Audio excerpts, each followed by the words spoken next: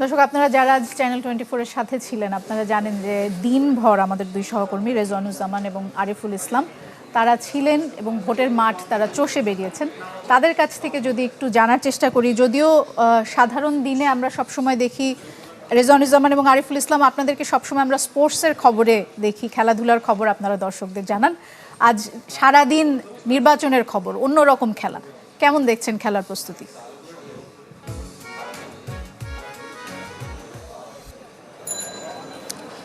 দোলা বলতে চাই যে আসলে আমরা কিন্তু আসলে প্রার্থী কেন্দ্রিক আসলে এই চষে বেড়াইনি। আমরা সকাল থেকে এখন পর্যন্ত আসলে আমরা সাধারণ মানুষ, ভোটাররা আসলে কি বলছে, কি চাচ্ছে, তাদের কি প্রত্যাশা, সেই চেষ্টাটাই আমরা করেছি তাদের কথাটা তুলে ধরার জন্য। বিভিন্ন জায়গায় আমরা গিয়েছি। আরিফ, আমাদের অভিজ্ঞতা নানা ধরনের হয়েছে।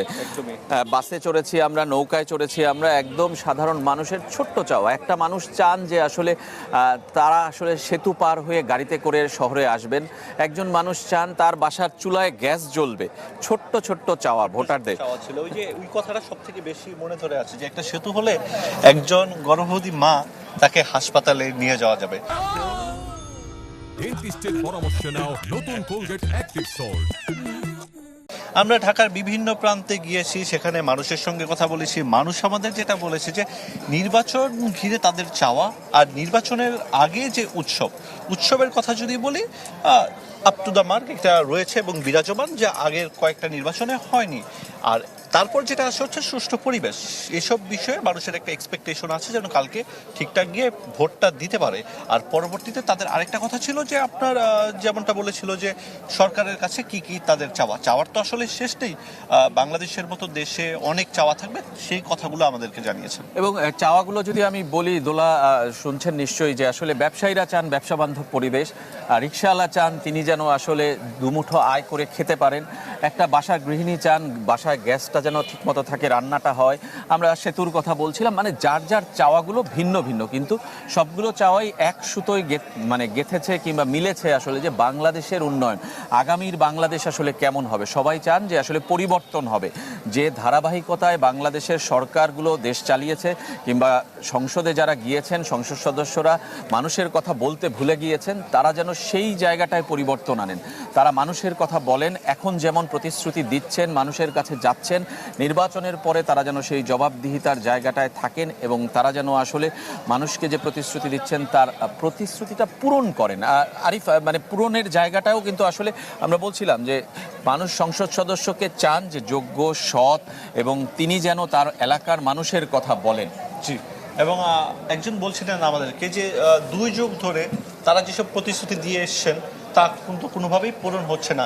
সেটা যেন আগামীর বাংলাদেশে না হয়। একদম ছোট্ট শিশুও কিন্তু আমাদের বলেছে যে তাদের চাওয়া নতুন বাংলাদেশ, নিউ বাংলাদেশ। তারা বলছে যে নতুন বাংলাদেশ চাই, যেটা আমরা 2024-এ যে গণ অভ্যুত্থান হয়েছে সেইখানে যে চাওয়াটা। রেজওয়ান, একটা ব্যাপার জানতে চাচ্ছিলাম, সেটা হচ্ছে গিয়ে সর্বশেষ নির্বাচন হয়েছে যেটা গ্রহণযোগ্য নির্বাচন 2008 সালে, তখন আসলে সামাজিক যোগাযোগ মাধ্যম মাত্র শুরু করেছে, ফেসবুক আসা শুরু করেছে।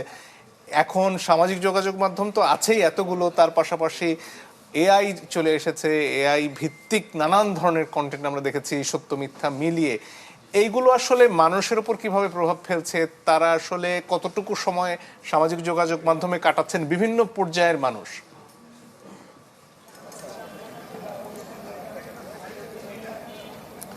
সামাজিক যোগাযোগ মাধ্যমে একটা বড় প্রভাব ফেলছে। সেটা আপনি যদি আমার পরিবার থেকেও আমি বলতে পারি, আপনার পরিবার থেকেও বলতে পারেন যে অনেকেই কিন্তু প্রভাবিত হচ্ছে, এটা অস্বীকার করার কোনো সুযোগ নেই। কিন্তু আমরা যারা মনে করি নিজেদেরকে শিক্ষিত ভাবি কিংবা সমাজের একটা শ্রেণীর মানুষ ভাবি, তারাও যদি এটাই প্রভাবিত হয় তাহলে কিন্তু আসলে সেটা খুবই অ্যালার্মিং। আমার কাছে মনে হয় সেই জায়গাটায় খুব বেশি পরিবর্তন হয়নি, বরং এটা একটা ভয়ের কারণ এবার নির্বাচনে কালকের জন্য।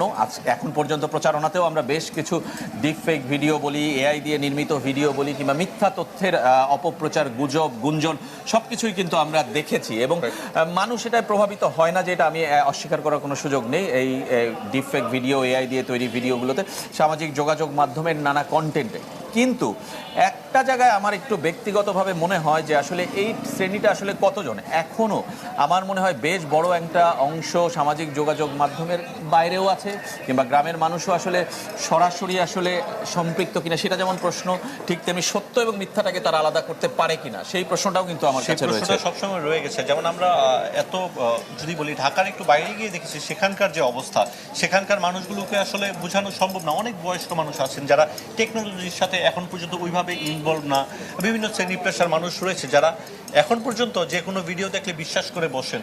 এখন সেই জায়গাটা আসলে আমাদের আরও সময় নিতে হবে, আরও যত দিন যাবে তখন মানুষের এই বিশ্বাসযোগ্যতা বাড়বে যে আসলে কোনটা আসলে তারা যাচাই করবে, কিভাবে করবে সত্য মিথ্যা কোনটা। এবং সেটার জন্য আসলে যারা সরকারি অথরিটিগুলো আছে সেটার আমার মনে হয় যে আরও একটু শক্ত অবস্থানটা খুব জরুরি।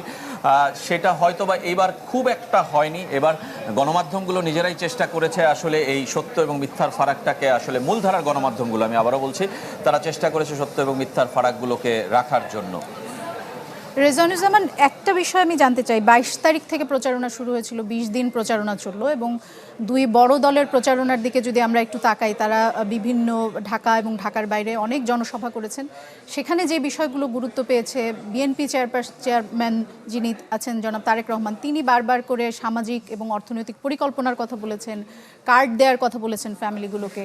আবার সেটিকে সমালোচনা করে জামাতের আমিরের বক্তব্যে খুব বেশি সুনির্দিষ্ট পরিকল্পনা উঠে আসেনি, কিন্তু তিনি বলেছেন দুর্নীতির বিরুদ্ধে লড়ার কথা, ইনসাফের কথা তার বক্তব্যে বেশি করে উঠে এসেছে। এই বিষয়গুলো আসলে মানুষের যে ভোটদানের সিদ্ধান্ত সেগুলোতে কতখানি প্রভাব ফেলবে বলে মনে হয়, এবং তারা আসলে কি বলছেন এই দুই দলের যেই প্রতিশ্রুতি মানুষের কাছে, সেটি নিয়ে আসলে মানুষ কি ভাবছেন?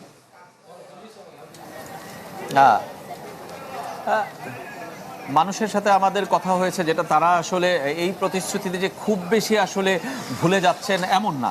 আমার মনে হয় মানুষ ভোট দিবেন কিছুটা মার্কা দেখে, কিছুটা তার এলাকার প্রার্থী দেখে, তার পুরনো অভিজ্ঞতা দেখে এবং নতুনের যে আসলে আবাহন সেইটা দেখেই মানুষ আসলে ভোট দেবেন। প্রতিশ্রুতিতে গোলে যে ভোট দিবেন কিংবা বিশ্বাস করে যে ভোট দিবেন সেটা আমার খুব একটা বিশ্বাস হয় না। একদমই তাই। সেটা মনে হয় আমারও একই রকম মনে হয়েছে যে প্রি ডিটারমাইন্ড কেউ হচ্ছে নতুন কিছু চায়।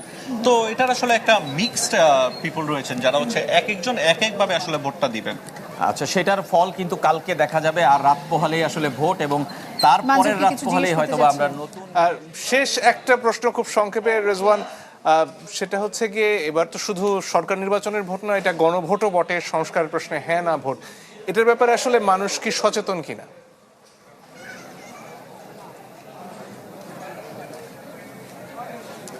পুরোপুরি সচেতন নয়, কারণ গণভোটে আসলে অনেকগুলো ধারা আছে, সেগুলো সবাই সবকিছু জানে না।